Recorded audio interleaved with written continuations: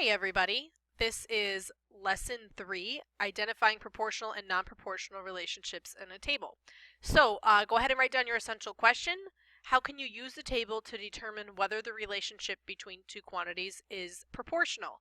So all it's saying is in a table you're going to have two columns or two rows. In this instance we're going to be talking about hours worked and pay, and then we're going to determine, is this row proportional to this row? Continuing on from the last lesson, a lot of times you're going to see X and Y in the chart. So this first example is about babysitting. Hopefully that's something applicable to you, whether you babysit or you know someone who babysits. This example is saying that you've been hired by your neighbors to babysit their children on Friday night. You are paid $8 per hour. Complete the table relating your pay to the number of hours you worked. So what the table is saying is if you work 1 hour, they already told us. Per hour, that means 1. So per is 1. So if you work 1 hour, you make $8. Okay, so far so good. What if you work 2 hours? That would be $16. 3 hours, we can keep going here. It's going up, and we know that's $24. Are you noticing the pattern? How are we getting from the hours worked to the pay? Well, it's $8 per hour, so it looks like we're multiplying by 8. So when we get to 4, we can continue that pattern and multiply by 8. But when we get to 4.5, it's a little bit trickier. So let's skip that one and go to 5 hours if I multiply by 8, and 6 hours when I multiply by 8. Okay, let's leave those decimals and fractions for now. I want you to try right now to figure out what would 4.5 hours be. And I'll give you a hint. It's halfway between 4 and 5. So it should be halfway between 32 and 40. Pause it if you need time to figure out how much money that would be.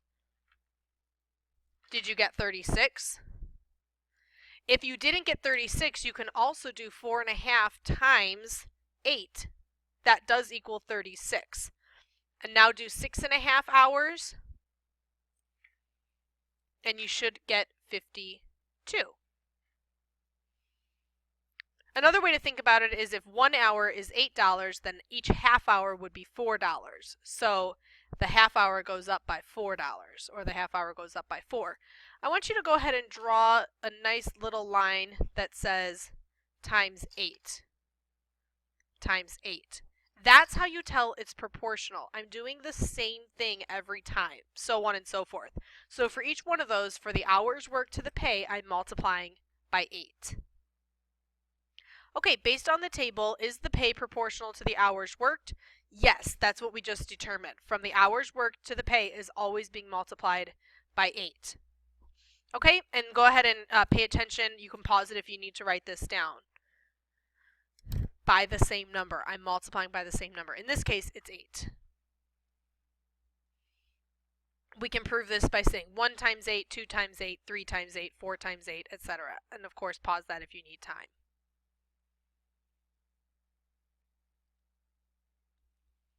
Okay, and then I already talked to you about how did we determine 4.5 and 6.5. Well, you can do 4.5 times 8, you can do 6.5 times 8. Or, if you know what 4 and 5 are, you can find halfway between those numbers. Since halfway between 4 and 5 is 4.5, halfway between 32 and 40 is 36. So, there's a few ways to figure that out.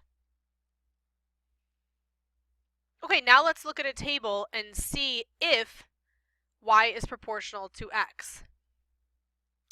This one is talking about snowfall in a recent winter storm. So this table below represents the relationship of the amount of snowfall in inches in 5 counties to the amount of time in hours of a recent winter storm. Okay, in regular speaking language, that means in 2 hours there were 10 inches of snowfall. In 6 hours in another county, there were 12 inches of snowfall. Go ahead right now, pause the video, and figure out, by multiplying, how do I get from 2 to 10? How did I get from 6 to 12? How did I get from 8 to 16? From 2.5 to 5? From 7 to 14? Go ahead, pause it, and figure out what that would be. Okay, for the first one, did you get times 5? And then all of the rest of them are times 2. So what do we say? Do we say that's proportional because most of them are 2? The answer is no, okay? It has to all be the same. The table has to all be multiplied by the same number in order to be proportional. So since this 2 times 5 is in here, I know that this is not proportional. Okay, again, pause it if you need time to write this down. Y is not proportional to X. It is not always multiplied by the same number.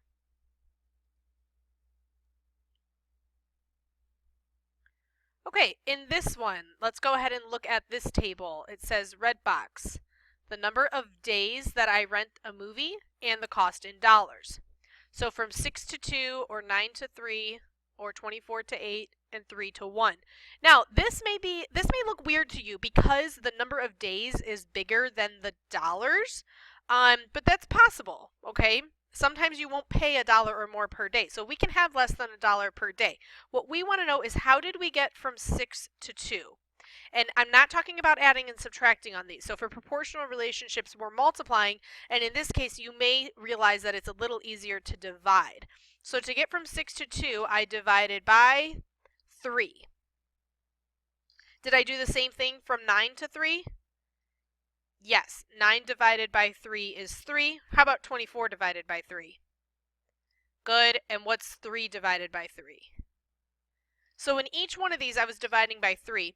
I want you to take a note, though, that says dividing by 3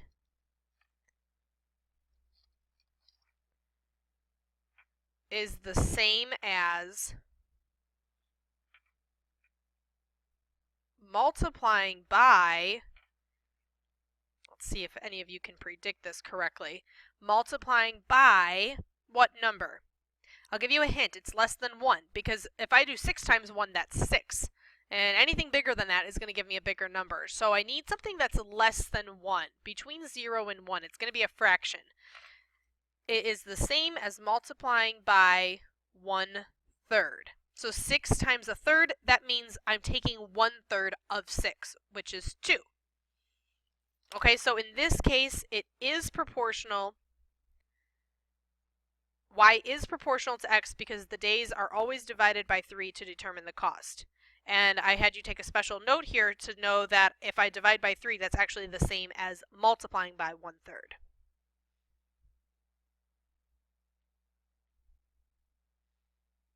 Okay, we're cruising right along here. You know to pause it if you need time to move on. Actually, sorry, the proof right here, I want you to just write a few of them. 6 divided by 3 is 2. 9 divided by 3 is 3. It's kind of what we wrote up in the chart. 24 divided by 3 is 8. And 3 divided by 3 is 1.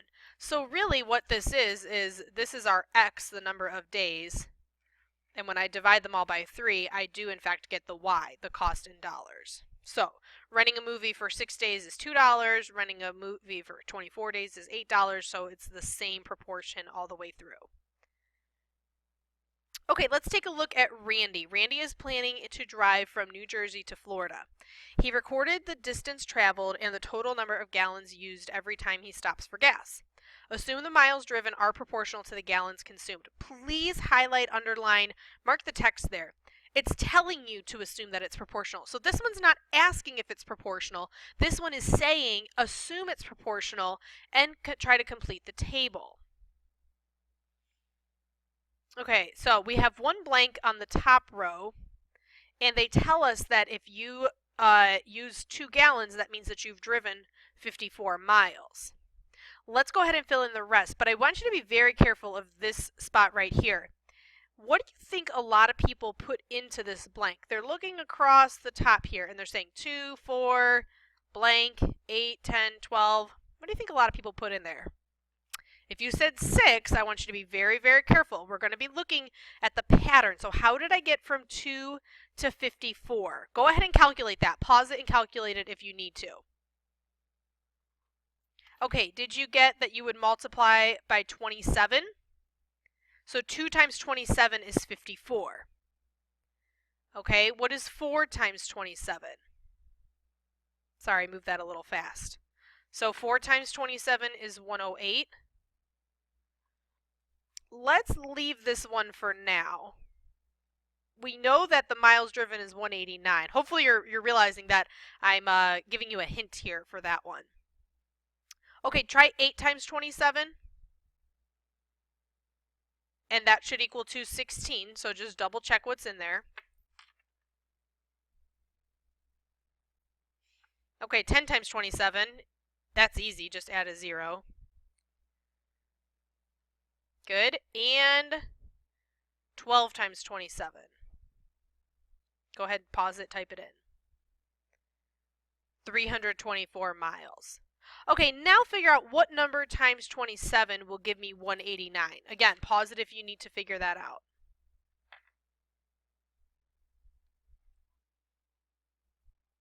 Okay, did you get 7? 7 gallons would be 189 miles. So my note here says never assume what numbers you should fill in. Always be able to justify and prove an answer that you put down. And that's actually a wrap on our lesson. So get your questions ready so that we can go over them in class tomorrow.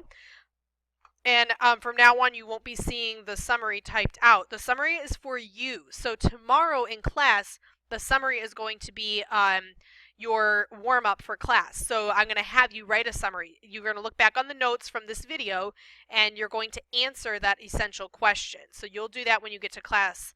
How can you use a table to determine whether the relationship between two quantities is proportional? So you're going to be putting that in your own words in the summary, but you don't have to do it now. You can do it in class tomorrow. Okay. Thank you.